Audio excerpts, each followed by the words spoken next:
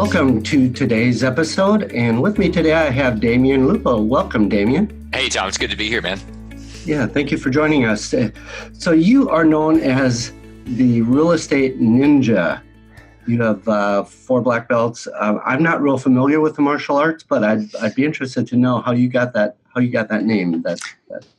It's funny. This is what happens when you integrate the most important things in your life. For me, it was real estate and martial arts, and you mesh them together. And it's funny, they all become the same thing. So I basically started real estate at the same time I started studying Aikido, and they went hand in hand. So I was learning in both spaces, and they got wrapped into each other. And 20 years later, here we are, 4 black belts, $20 million worth of real estate purchased and lost, and a whole lot of stories, adventures, and lessons. Yeah, that's you and I have somewhat parallel paths in that respect. We've been in real estate for a long time, and we've had our ups and our downs, and it's been an interesting journey.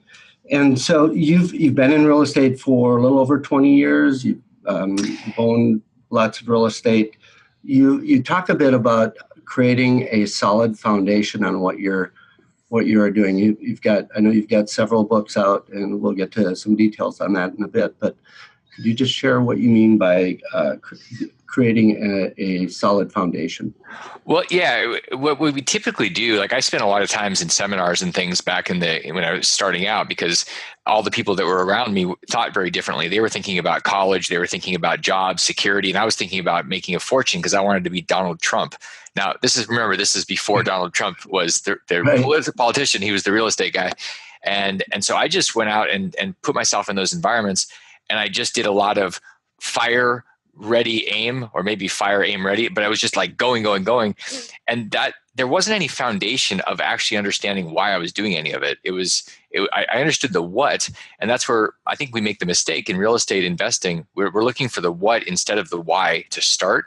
And then, like when I did mine, I bought 150 houses, had my Ferrari, had all this money, and because it was based on my ego and the ultimate mission was just more, that became a very shaky, if not totally unsustainable foundation. So now the shift is more on the impact. Why I'm doing it is the contribution, and the money is a side effect. And it takes a leap of faith to really go into that, because we tend to think about hand to mouth starvation as our primary driver. And so we go, okay, I need to flip a house, I need to buy a rental property, I need to invest. And the first question everyone should be asking is, why am I doing this? And then figure out what those values are that are driving the decision on the mission and the vision before we take a step into the actual live fire. If you don't, you're just going to be chasing bullets, dodging bullets, buying things, selling things, and your life is going to be a big old chaotic mess. Yeah, I know in your book you talk about mission and purpose and starting from that point. Any advice for somebody who's hearing this for the first time and just would like to get back to that starting point and really identifying what their mission or purpose is? Well, the first thing I like to share is that when we think about purpose, a lot of people get confused and they think we're talking about passion, and we're not. Because, you can be passionate, and I've seen a lot of people run passionately, enthusiastically in the wrong direction. So the direction is the purpose. Like, where are you actually going? And, what is the thing that's making you want to go? For me, it's to free 1 million people from financial bondage. It's to break those shackles. So I do that in different ways. For a lot of people, I just see them saying, "Oh, I can flip a house and make $20,000." And I say, well, why? And they go, "Well, it's money." I go, "You know what? You can you can deal drugs. You can steal from a bank. There's a lot of ways to make money. I get money." But I think that we have to ask a different question to start off with. And really, the first thing that I did a few years ago after I went through my whole loss and blow up was asking what are like the 5 or 6 or 7 key values that should govern every decision I make, every person I do business with, every deal I do. And when I got those down, it was funny because all the decisions going forward got really, really easy, really, really clean. And I wasn't it was easy to say no to almost everything. And that's the big differentiator, that saying no is more important than saying yes, because saying no keeps the space open for the things that really matter. And this is not the Jim Carrey movie, by the way. The yes men. That is a disaster, because you'll literally suck up all your time with the shiny objects. And that's, the Facebook effect. And it's a very dangerous way to go. You'll end up buying deals that you shouldn't, because you're just saying that's a cool deal versus, is this a deal that fits me and what I'm all about? Yes, that makes a lot of sense. Could you just to get a little context around the topic here, could you share a little bit about what you do, what your business model is, what you can offer to clients? So my focus, when I looked at what people were doing, what they were investing with, and when I looked at my loss of the $20 million and building up millions in net worth, I realized I didn't have anything that was long term. It wasn't really sustainable, and it also wasn't permanent. So I was thinking too short term, and this really hit home when my dad passed away a few years ago. When he looked back and he said, there were so many things that I didn't do. And I was looking at having these experiences, and I realized we weren't really planning for the future and making the investment of time and energy today. So I got really, really focused on what is the big problem. The big problem is they're not using the right tools for the right things to really set themselves up for the future. And if we want to get really narrowly focused on what I do, it's about the retirement system, the retirement space. Most of people that are listening that are doing real estate get it, that the stock market is not better than your ability to create wealth with real estate. It's just not. And it's more of a casino. So I help people take retirement money and actually invest it in their deals and in real estate without getting taxed. I mean, most people think, oh, that means I'm going to do an IRA. And that is absolutely the worst possible choice, by the way. So we do something it's called the QRP. And it basically allows people to invest tax-free for life with their real estate. And that changes the game, not because you can necessarily use just your money, but it's because you can tap into $25 trillion that's sitting there, that's in this casino. And most people are looking for something more certain with better returns. And that's where you come into play. You can actually show them how to do that. Yeah, I know that you just mentioned here it's a way for people to invest their own money, but also get access to other money.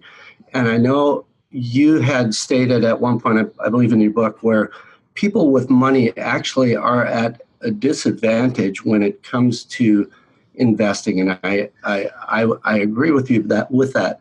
Could you, in a lot of cases, could you describe what you mean by that? Well, when we have money, it makes us stupid. We tend to say money is going to solve the problem instead of using our brain, which is the infinite return machine between our ears. And the reality is, when I started real estate, I used my Visa card to buy my first property, and the next 20 or 30 houses, I made up the ability to finance them through creative financing with owner carrybacks and things. If I had had a bunch of money, I would have just traded my money for experiences. I wouldn't have actually had to think. I wouldn't have had to go out to seminars and ask people what they were doing, how they were creating deals. You can create infinite returns if you use your brain. The lazy person's version of real estate is to hand their money over to somebody and smoke a bunch of opium, and then maybe it'll work out. Mm-hmm. That is the worst strategy ever. And yet that's what most people do because they've read Tim Ferriss's book. Like, everybody thinks that 4 hours is the key to life. You do something for 4 hours, you're done. Everything is set. You're going to get killed with that philosophy. And that's what this is. It's really about doing the work and understanding that if you do the work, which is the thinking, which is the hardest work you'll ever do, then you can create infinite returns by using other people's money, because the reality is most people are lazy. They have money, they've saved up for 20, 30 years, and they just want to hand their money to somebody that knows what they're doing. Well, that's you. That's you with your brain doing the work, creating the thing, and making the infinite returns. Exactly. And for some, I think that may be a mindset change, a shift in thinking. And you've done a few things. I know right here, I have your book, The Reinvented Life. And in that and other workings that you do, I know you talk a lot about mindset and getting to the right space. Can you, is there anything in particular that you would like to share with the audience as it relates to that? Yeah, there are three things.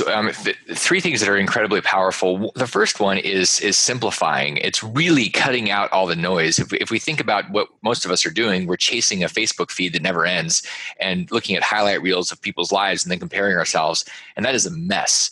And that leads into, and so simplifying, cutting out the stuff and getting really narrowly focused on what matters. What do we care about? What if we took everything out of our lives and started fresh, what would we bring in?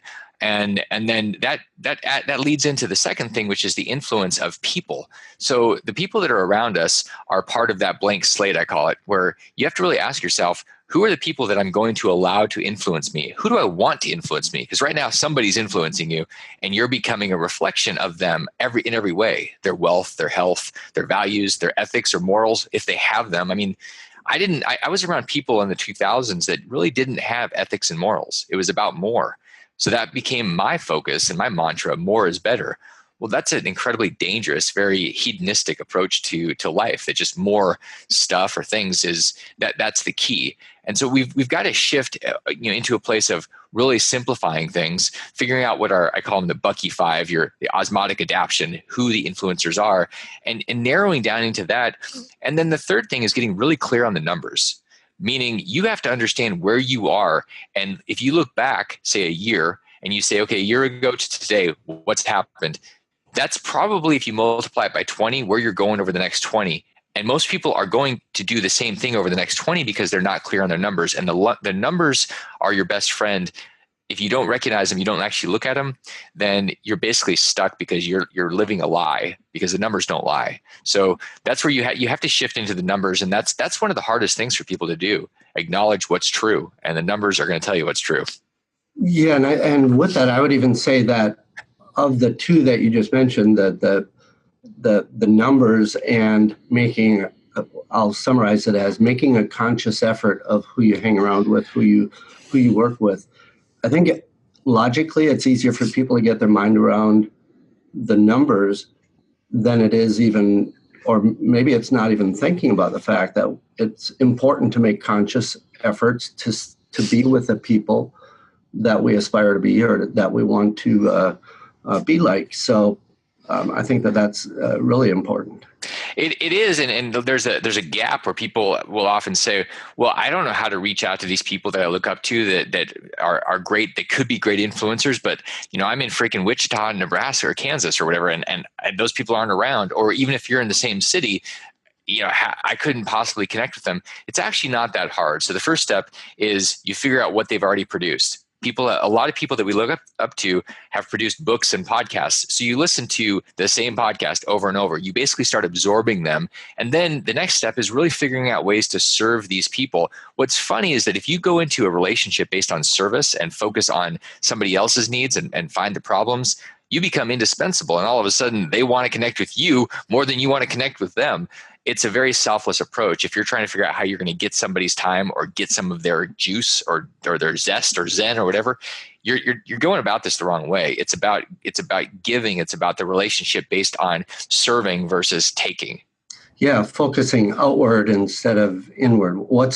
Instead of what's in it for me, what can I do? What can I support someone else with? And that's what, in my book, I call it the cycle of abundance. The more we give, the more we get back, the better we do, so we can give back even more and continue to do better and make ripples and affect a lot of people. So I think that's powerful to be able to do that. Do you mentor? Do you teach people? What is your I do on occasion with people that come to me and want help, and typically what I found is that most people aren't totally committed to the change. And so I don't work with a lot of people on purpose, because very, very few people are truly committed to doing the work. And it's easy. I can tell you exactly what to do. I can ask you the right questions, but I don't want to waste my time unless I know that you're in and you're going to follow through, because my time is precious. Mm-hmm. And we all have the same amount of time. I think most people squander their time, unfortunately. So the work I do with people is on the highest level of people. And when I say highest level, the highest level of commitment on rewiring and reinventing. That's what matters more than how much money somebody has or how much experience they have. It's their absolute commitment to doing the work to shift and change and create the life versus having a life by default. Got it. You've written a book on gold and silver, the quick and dirty guide to gold and silver. Can you describe that book? It's the fast way to get candid information about real money. I mean, that's what this book is all about, because gold and silver has been real money. It will be real money. This is, as my friend Robert Kiyosaki says, this is God's money. I mean, it's really been around forever. And it's the point of that is to make you really think, well, wait, what do I have now in my wallet or my bank account? You have fiat made up out of thin air, doesn't have any value except for this collective delusion that all of us are under, this spell that's been cast, that we believe this together. Paper that is in a ship that sinks today, called US dollars or euros or yen, is going to be worth jackus in 100 years. It's not going to be worth anything. What will still be worth, what people will go and they'll go to the bottom of the ocean to get, is a boatload of gold in 100 years. There's no doubt in my mind that will maintain itself as value and real money. So it's helpful for us to understand the monetary system, because if we think about it, why are we doing real estate? Because we love sticks and bricks and stones and dirt? Probably not as much as we want the cash flow or the cash. Well, okay, so if we're working and spending all this time on cash, then let's understand what the cash system, what our monetary system and economics really is all about. Gold and silver is the foundation of it. And if you don't have any of that, you're missing the entire point of what money is. So that's where this book kind of digs into that a bit. And it's just important for us to all understand what money is, and not just live in this bubble of well, kind of monetary stupidity that we've been sold on by the central banks and people that want to keep us trapped in that fiat system. Got it. Could you describe, going back to the QRP, could you maybe give just a couple of just a little bit of a description for our audience of what is involved in that and what the advantages? I know you shared some of the advantages of it, but just to give an idea, get some context around what the QRP is and how our listeners could potentially benefit from working with QRPs or working with you in the process. Yeah, so the QRP is part of the tax code. It's the Qualified Retirement Plan code. And this has been around since the early 70s. The reason that you've not heard about this is because Wall Street would like to keep you focused on mutual funds and 401ks and IRAs, because those are all really good for Wall Street to make a lot of money and keep you out of control. When you have a QRP, and we've got something called the EQRP, when you have that, what you have is you have a checkbook with your retirement money where you get all the tax advantages and the ability to roll your money, compound your money, potentially have it grow tax-free with the Roth component. And you're able to do that with all your money that's been sitting in your IRAs and 401ks. And you basically end up with this checkbook, and you can invest in real estate. You can invest in gold and silver, crypto, all these cool things that Wall Street would like you to not do because they can't make fees off of you. So this gives you the power and control, especially in the real estate space, where you can take that stuck money, that money that's kind of in jail, and you can start doing something where you control it, and you're actually making returns that make sense versus returns that are based on smoke and illusion. Okay. And I know right before we started this interview, you shared that you are getting ready to move. And so I'm curious, maybe could you just describe a little bit about your background, how you got to where you're living at now? What's, just to get a little more information about you to our audience. Well, I started off in Alaska. So the last job I had in Alaska when I was 19 was in the oil fields, where I was dodging polar bears, because if you trip over them when you're taking out the trash, they literally eat you. So my background is a little bit strange. Probably like a lot of us, we have strange backgrounds, strange families. That's kind of a consistency, I think. So I basically left that thing and started off in the world where I didn't really fit in, because I was thinking different and doing different. Like, I got thrown out of college multiple times. I started a bookstore in college, and they didn't like that because I put the bookstore on campus out of business. So when we think about our lives, I think there's a question of conformity or creation, or creating our own self. If you really think about that, you're probably not going to fit into some perfect version of somebody else's thing. And I just really embraced that. So I've been the crazy person for the last 20 years, and it's been consistent in everything I've done. Most people would think it's crazy to buy real estate. People that are listening probably think, yeah, you know what? I know I have family that says I'm nuts and it's risky and scary and it's crazy to lose $20 million. Like, you kind of almost have to embrace the crazy person that doesn't really fit in with the mainstream, the middle of the bell curve, because that's where all of the exciting part of life is. I think otherwise we're just zombies. We're like in the Matrix. And so my plan, my vision has never been to allow myself to get into that conformity or just the day-to-day routine where it's the same over and over, like Groundhog Day. Like if you're in Groundhog Day, you probably need reinvented life, like your life depends on it. Yeah, and I think I'm going to guess that having discipline or being disciplined is probably a big part of your life. In that your practice with martial arts, is it four-time black belt? Yeah, there's a long time ago. I remember hearing that there's really two pains in life. There's the pain of discipline and the pain of regret. One is 10 times bigger than the other, and that's called regret. So the question is, what are you going to do now with the discipline that's going to lead to the point in your down the road where in your last moments you're looking back saying that was amazing versus, oh damn, I wish I'd done these other things. So the discipline really has everything to do with getting clear on who you are and what you're actually all about. What matters? Why are you here? And you're not. I promise you're not here for a paycheck. That is not why any of us are put on earth. And we're not here to retire. Like that is not what we were not created to retire with a pile of cash and do nothing. There's a reason why most people die within a matter of a few years in the United States and probably many places on earth after they retire, because the universe has said, you're done contributing. Great. We're done contributing assets and resources to you. And so people die. I think we get really clear on why we're doing what we're doing. And it takes time to sit there and think about that. I mean, it's not an obvious answer, and it's also very personal.